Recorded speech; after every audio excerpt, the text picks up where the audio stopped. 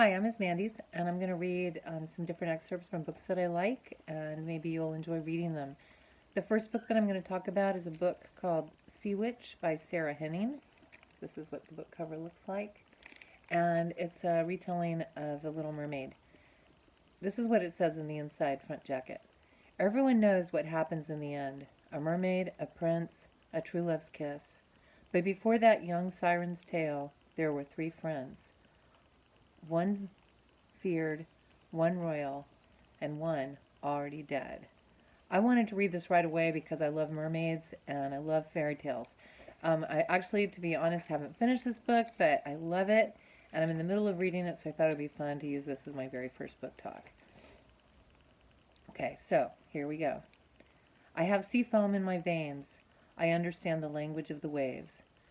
Jean Cocteau, La Testament des Ophies. Prologue. Two small pairs of boots echoed on the afternoon cobblestones. One pair in a sprint, the other in a stumble and slide. A blonde girl, no older than 5, dragged a raven-haired girl an inch taller and a year older down the sea lane toward a small cottage. The dark-haired girl's lungs were sputtering, each inhale a failure. She was drowning on dry land. As the house came into view, the blonde girl opened her mouth to scream for help, but before any sound could come out, the other girl's mother burst through the door. Like she knew what had happened. She always seemed to know what they'd done. "Evie!" the mother cried, cradling her daughter in a heap at her chest and running toward the cottage. "Anna," she said to the little blonde, who was panting from carrying her friend so far, "fetch the royal physician." "But go!" The girl didn't protest again, fine boots clacking against the cobblestones as she regained speed. When her mother shut the cottage door tightly behind them, the raven-headed girl knew the physician's medicine wouldn't heal her. Only one thing would. "Johnny!" the mother called, and the girl's father poked his head out of the bedroom, his face slack with the sleep he wasn't allowed on his latest whaling trip. "Evie, what?" "A broken rib, maybe a punctured lung." She laid the girl in her bed and ripped the girl's bodice to her navel. Blood under the skin showed black across the expanse of the little girl's ribs. Fissures like spider webs crossed from spine to sternum. The mother tried to read her daughter's dark eyes. "What happened?"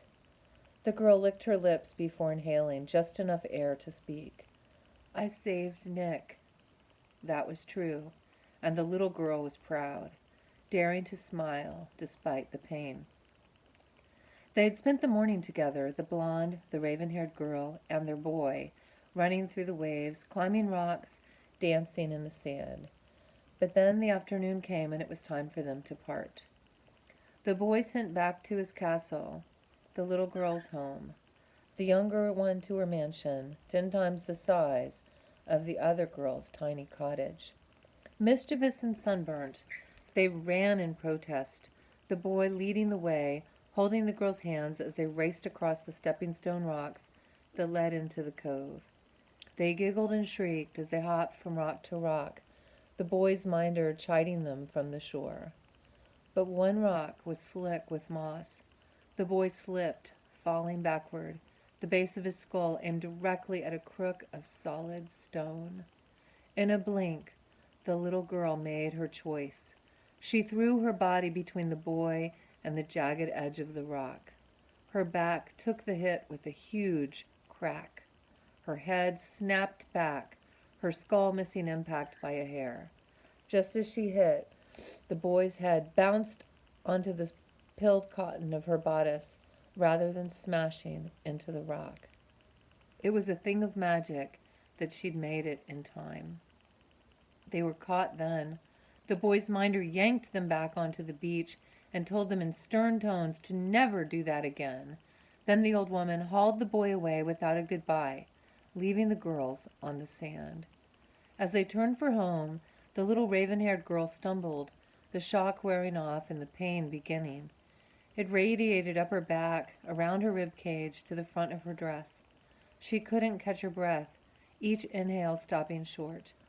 The little blonde said she'd walk her friend home, but by that time they made it to the sea lane. Sorry. But by the time they made it to the sea lane, the raven-headed girl couldn't stand, all her weight on the blonde's shoulders.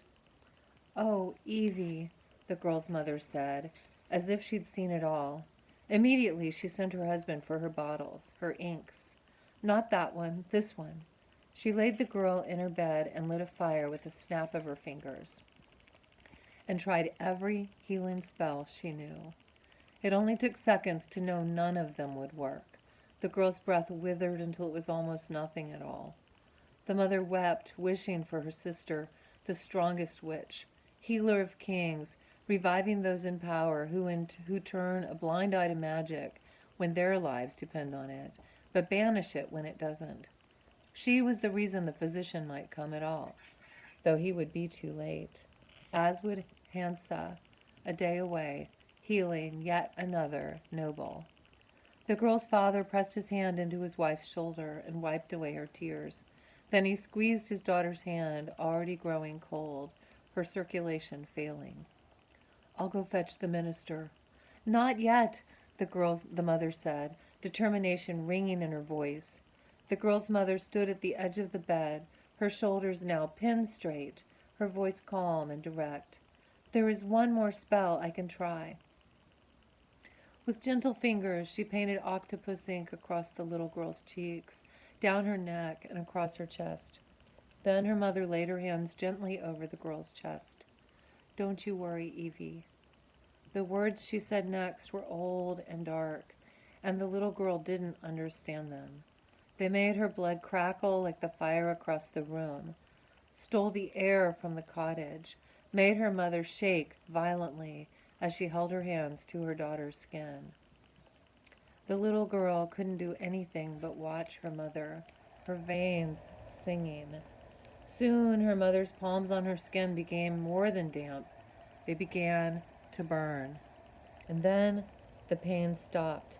Air rushed into the little girl's lungs and her chest rose. She exhaled, long and deep. At that the mother smiled, just before her own body began to seize, her eyes rolling back in her head. It was too much. The mother's chest compressed, a long breath pushing out, but no inhale following. "Greta! Greta!" The girl's father placed his hands on his wife's face, his palms burning and flying away, suddenly red. The prickle in the little girl's blood spiked with fear. She struggled to pull herself to sit, her mother's hands sliding away as her form slumped over and her pale cheeks smashed into the bedsheet. The little girl didn't hesitate, reaching for her mother's potions. She turned her mother's head to face upward before smearing ink across those pale cheeks, her little fingers blistering with the touch. Her own skin was pink and warm and full of life as her mother's skin turned as white as snow, as hot as ash. The girl was smart, though. She'd watched her mother enough. She knew how these spells worked. Magic was barter. The right words, actions, potions for the right result. She put her hands on her mother's face and began repeating those strange words, words of life. "Evelyn, no!" Her father didn't move, just screamed, fear freezing him to his spot at the foot of the bed. But the little girl had fumbled her way through the words enough that her own skin began to grow hot. The pain returned. Her breath became shallow. Then her mother's eyes flew open, showing beautiful hazel instead of the whites. It was working. Her father looked from his wife to his daughter. Those words were dark, old, powerful. He knew this as much as he knew his native tongue. His mother's lips began moving. She took a deep breath. "Gaffa!" With the single command, she stole the words right from the little girl's mouth. Dark words and dark magic, and all sound gone from the girl's powerful tongue. Still, the child kept going, chest heaving. She was yelling but could not be heard. Tears as dark as night flowed down her little cheeks, black coating her vision. The girl began to wail without sound, her whole body shaking. And, with the last wisp of energy, the girl's mother looked to her father. "Bring Hansa home. Tell her. Promise." As he nodded, her mother whispered one last spell, and the little girl's screams filled the air, black tears dripping onto her ruined dress. "No, Mama, no!" The little girl grabbed her mother's hand, still burning to the touch, and saw the light flee from her hazel eyes. Chapter 1. The sea is a fickle witch. She is just as likely to bestow a kiss as to steal the breath from your lips. Beautiful and cruel, and every glimmering wrinkle in between. Filling our bellies and our coffers when she is generous. Coolly watching as we don black and add tears to her waters when she is wicked. Only the tide follows her moods, giving and taking it at the same salty rate. Still, she is more than our witch. She's our queen. In all her spells and tantrums, she is one of us. The crown jewel of Havenstad, nuzzled against our shores, for better or worse. Tonight, dressed in her best party finery, she appears calm, anger buried well below her brilliant surface. Still, there's a charge in the air as the stars wink with the coming summer solstice and the close of Nick's 16th birthday. Formally, Crown Prince Asgar Nicholas Brynjulf Oldberg III, first in line to the throne of the sovereign kingdom of Havenstad. Informally, just Nick. But just Nick isn't quite right either. He's not just anything to me. He's my best friend. My only friend, really. And now he's dancing with Malvina across the deck of his father's grand steamship. That is, if you can call her violent tossing and whirling dancing. My stomach lurches as Nick comes within inches of tipping over the rail after she forces an overenthusiastic spin. I wish she'd just give it up. Malvina, formerly Comtessa Malvina Christensen, is a perpetual royal suitor. She and her father have been vying for King Asgar's attention for years, hoping he will make the match. Yet, despite Nick's good-natured patience for her dancing, I have my doubts there will be a royal wedding in their future. I want to look away from the pink silk blur of Malvina, but Nick's eyes are begging me to rescue him. Pleading, silently calling my name across the distance. Evie! I am the only one who can save him. Every youth in town is here, but no one else can cut in on a girl like Malvina. For the others, there would be consequences. Lost invitations to galas, the oldest horse on the weekend hunt, a seat at the table next to one's senile great tante instead of the Comtessa. For me, there are none of these things. You can't fall far in society if you're not part of it to begin with. After another aggressive turn, I finally stride onto the makeshift dance floor, ignoring a chorus of smirks as I go. They've seen this play before. Malvina will be the victim, I'll be the villain, and Nick will let it all happen. It can be a messy business being the Crown Prince's confidant. Enduring small humiliations is only a fraction of the cost. But I won't apologize for helping him. We all make compromises in friendship, and having Nick's loyalty when no one else will even look me in the eye is worth every criticism I face. I tap the girl on one sturdy shoulder, screw my face into exaggerated panic, and point to the 8-layered, blue sugar-spackled monstrosity she insisted on crafting. "Oh, angels, Evie, what is it?" Malvina barks.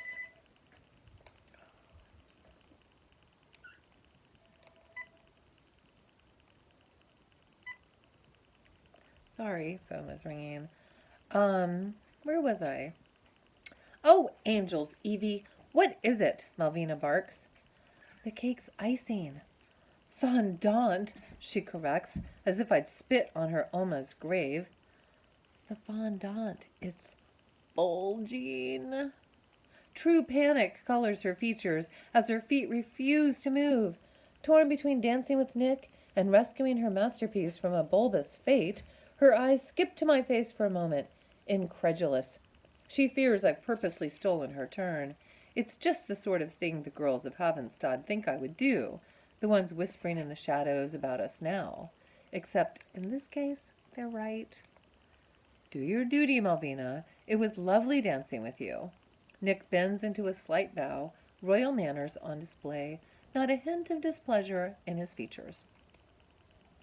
When his eyes cut away, Malvina sneaks a glare my way, her disdain for me as clear as her worry that I'm actually telling the truth. She doesn't need to say what she's thinking, and she won't, not if she ever wants to dance with Nick again. So when Nick completes his bow, she simply plasters on a trained smile and leaves him with the most perfect curtsy before running off in a rush of golden hair and intent. Now Nick bows deeply to me as if I'm his newest suitor, his mop of black hair briefly obscuring his coal dark eyes. May I have the remainder of this dance, my lady? My lips curl into a smile as my legs automatically dip into a polite curtsy. My lady. Despite how good these words feel, they're enough to earn me the ire of everyone on this boat. To them, I am just the royal fisherman's daughter, abusing the prince's kindness, using him for his station. They won't believe we're just friends, as we've always been since we were in diapers. Before I knew what I was, and he knew who he was meant to be. But of course, Crown Prince Nicholas, I reply. He meets my eyes, and we both burst out laughing. Formality was never worn well between us, regardless of Nick's training. We settle in and begin to waltz across the deck. He has a good foot on me, but he's practiced at leaning in. Whispers are often our most convenient language. Took you long enough, he says, twirling me through the last bars of the song. I wanted to see how long you'd stay dry. He gasps with false horror in my ear, a smile tinging it. You'd send your own best friend swimming with the mermaids on his birthday? I hear they're beautiful. Not a bad present for a teenage boy. They also prefer their presents not breathing. My eyes shoot to his. I can feel the slightest tremble in my jaw. Today would have been our friend Anna's birthday, too. It still is, though she is no longer here to celebrate it. She was exactly a year younger than Nick. We'd each had our share of close calls in those days, the great and powerful goddess Urda seeming to want us all for herself. But we lost Anna. I glanced down, feeling tears hot against my lash line, even after 4 years' time.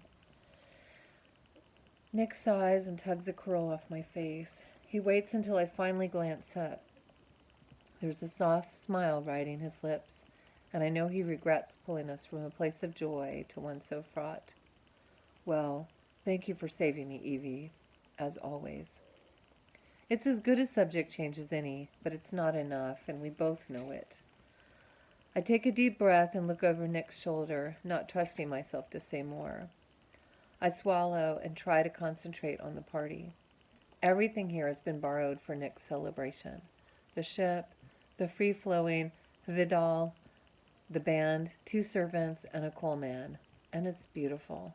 I focus on the miniature lanterns ringing the deck, the golden thread of my single fancy dress catching their glow. Suddenly, Malvina hoists herself onto the dessert table, still fanatically trying to control the cake's growing bulge. I expect Nick to laugh, or at least knock out a very royal snort, but instead he's looking over my shoulder, port side, at the sea. I follow his eyes, and my heart sputters to a stop when I make out a swift schooner, the familiar line of a boy, a man, adjusting the sail. Iker. His name falls from my lips in a sigh before I can catch it. I meet Nick's eyes, a blush crawling up my cheeks. I didn't know he was coming. Neither did I. He shrugs and raises a brow, but Iker's not exactly one to confirm an invitation. Missed that day at Prince School, the lecture about being on time, too. I believe it's called fashionably late, I say. Yes, well, I suppose I wouldn't know, Nick says with a laugh. The little schooner closes in, and I see that it's only Iker. He hasn't brought a crew with him from Rigby Bay. Not that I'd expect him to. He's a weather-worn fisherman trapped in a life designed for silk and caviar. He redirects the mainsail perfectly, his muscles tensing tightly as he aims straight for his cousin's form. Nick leans to my ear. There goes my dancing partner. I punch him in the arm. You don't know that. True, but I do know how you've looked at him since my cake had about 10 fewer candles on it. I roll my eyes, but I can't help a smile creeping up my lips. He's somewhat right, though now isn't the best time to argue that the way I looked at Iker changed from brotherly to something else entirely about 4 years ago, not 10. I clear my throat. I'm sure Malvina won't mind. She's almost finished with your cake, I say, nodding in the direction of the blue monstrosity, but never taking my eyes off Iker as he readies to throw up a line to the steamer. Nick hugs me close and dips down to my ear. You're such a ravishingly loyal friend. Always have been, always will be. 'Tis true.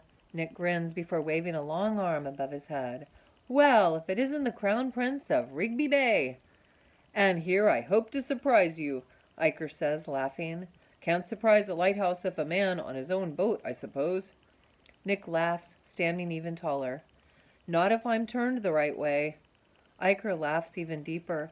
There is salt in his hair and a few days' worth of scruff lining his strong jawline, but he strides across his deck with the elegance of a prince. He glances up at me, his eyes briefly betraying a hint of doubt about the sturdiness of my frame, but tosses the line to me anyway. I catch it, securing it with a knot I learned from Father. Iker hauls himself up the rope and onto the ship. He manages to land on the small patch of deck just between Nick and myself. Behind us, a crowd has gathered. Happy birthday, cousin! Eyes laughing, Iker claps Nick on the back and brings him in for a hug, his toned arms fully encasing Nick's spindly yet strong form. When they release, Iker's eyes go right to me. They're the clearest of blues, like ancient ice in the fjords of the north. Evelyn, he says, still retaining an air of formality from his upbringing, but he then, shockingly, pulls me into a hug. I freeze, eyes on Nick as he and everyone else on the ship stares. Iker doesn't seem to notice or care and pulls me tighter, his arms wrapped around my waist. Warm from ship work, he smells of salt and limes. His shirt is freckled with water droplets, onyx on the starched gray fabric, the sea leaving her mark. When the moment is over and he lets me go, an arm lingers across my shoulders. I try to ignore the question nagging me, the one I'm sure everyone else is asking too. Why me? We've known each other since we were children, but he's never shown me this kind of affection before. I'm not his type. I'm not anyone's type. Yet Iker continues to act as if it's all completely normal. He turns to Nick, to the crowd, and grins that perfect smile. Good people of Havenstad, he says, his voice commanding yet sincere. Then the grin grows wider. Let's give the prince a celebration so hearty he'll never forget it. And that's the end of chapter 1 of this wonderful book, Sea Witch, by Sarah Henning. I really love it. It's a retelling of The Little Mermaid, and it's got, some romance, and it's got a lot of suspense and magic and mermaids and danger, and it's just the kind of book I love. So I hope you enjoyed it. Thanks for watching. Bye.